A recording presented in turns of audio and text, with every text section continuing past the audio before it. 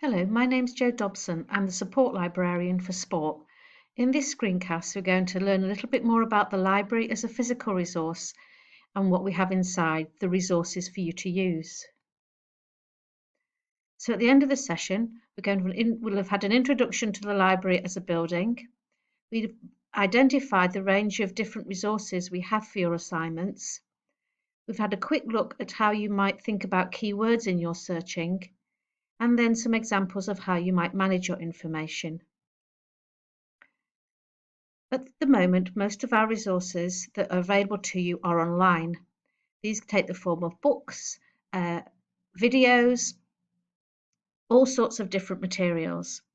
If we have specialist resources for you, then we house them within your own subject guide. To help you find this information, what we've done is set up reading lists in line with the recommendations from your academics. As you're unable to browse the stock yourself at the moment, if you wish to use a print book, then we've put in place the click and collect option. Once you have found your book on Library Search, which we will look at shortly, then you will request it, and once it's available, you are emailed with an appointment to come and collect it. We also put in place the ability to book a PC within the library. This could either be a standard PC, or we also have some Macs for special software and some desk space if you just need a table to work on. The cafes are also offering some service. However, you do need to book in advance to use this service. To make sure you're safe within the buildings, we're limited the number of people. We're making sure you're socially distanced, and we regularly clean the products that you are going to use and leave facilities around for you to do some self-cleaning if you want. So that's a brief introduction to the building itself. There are in fact two buildings I'll quickly mention, one at Collegiate and one at Adset Centre. In this online environment, both of them will be useful to you. Now I want to think about the different type of reading you might do at university. Traditionally, you might have done what's called directed reading, where you're just given a list to read. This still is available at university, and we put these reading lists together, available to you online, and they're a combination of library and academic experience. Alongside this, we have self-discovery, where we're encouraging you to find your own information so you can supplement the assignments you are going to write. The reading lists online are available on the home page on all of your modules. It may also occur further down under support resources if there are some specific resources that your lecturer would like you to read. As universities spend a lot of money and time putting together a good resource pack for you, we've got a range of areas for you to look. Obviously, we still expect that you might spend some time on the internet, but we suggest you shift the use of this towards keeping yourself aware of the current situation in your subject area, and also if you want to look at government websites or professional bodies. The information we buy in is accessible to you via library search, and again we'll have a look at this in a little while. And as I mentioned, the subject guides are where we can give you more subject specific information.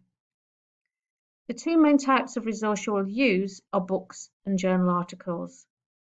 Books are traditional textbooks which give you the background in your subject areas, the history, the concepts, the theories. Journal articles are smaller pieces of research that are very unique in what they contain. They are also written more frequently, so if you're looking for an example to add to your assignment, they're a good place to look. Wherever you find your information, you should always be aware that a little evaluation is needed. Just think if the author is someone that can be trusted in that subject area. How old is the information? Does that matter? And start to think if it's the appropriate level. You're going to be using more research, more academic valued information now than perhaps previously. To find information, I'm going to recommend three areas. Library Search, which is the main one-stop option within the library homepage.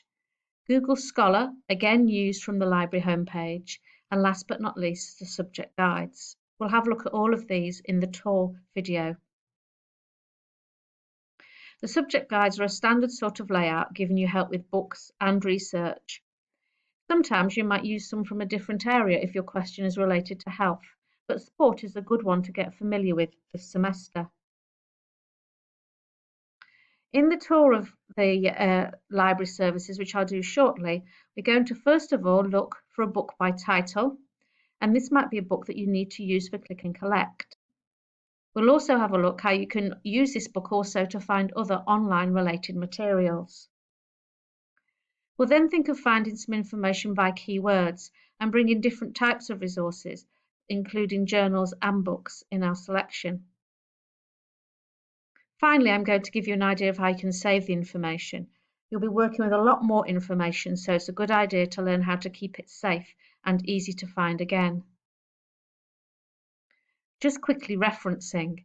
Referencing is something that will be taught by the academics. There's a lot of online help, but I just want to introduce it at this stage as it's an important part of your academic writing skills as well.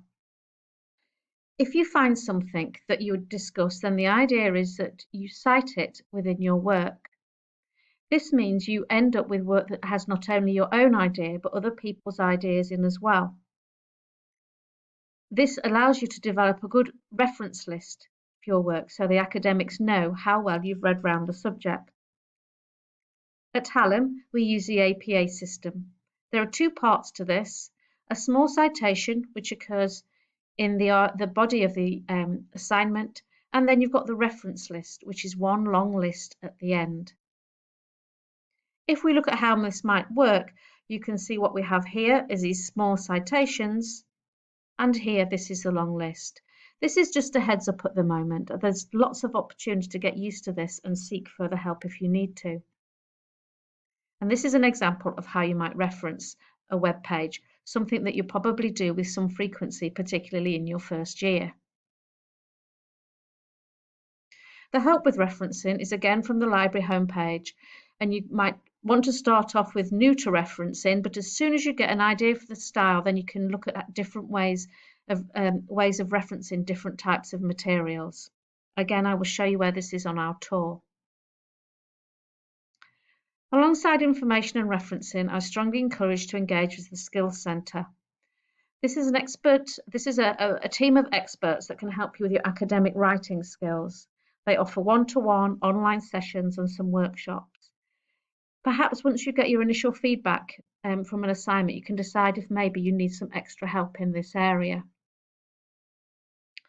One way of keeping in touch when things are changing so quickly is by the library community, which is run through Instagram, Twitter, and our general other online standard information sources like email and blogs.